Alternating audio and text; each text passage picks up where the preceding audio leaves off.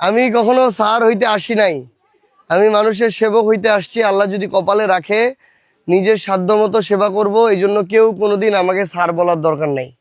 হয় ভাই বলবেন, নয় বেটা বলবেন, ছেলে বলবেন, সার্জিস বলবেন, সমস্যা নাই। এটা গেল 1 নাম্বার। 2 নম্বর কথা হইলো, চাচি আপনি আমাকে একটা জিনিস বলেন, এইরকম করে এই পরিবেশে এখানে দাঁড়ায় সবসময় আমাদের মা চাচিরা খালি শুনে গেছে, বলতে পারে নাই, কিন্তু বলতে গেলেই থামায় দেয়া হয়। এই জন্য আজকে আপনাদের থামায় দিছি, সবাইরে ওনাদেরকে বলতে দিছি, বলছে। আপনি বলেন এইরকম এই পরিবেশে এইভাবে আপনি এর আগে কয়জন এমপি কে বলতে পারছেন?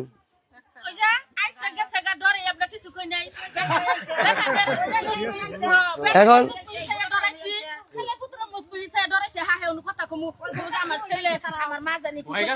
আমার স্বামী বলবে যে আমার বউ জানি কি বলছে, ওই জন্য আমরা বলি নাই, ভয়েতে কইছি, তাই শুনছি, বুদ্ধার কথা দিয়েছি।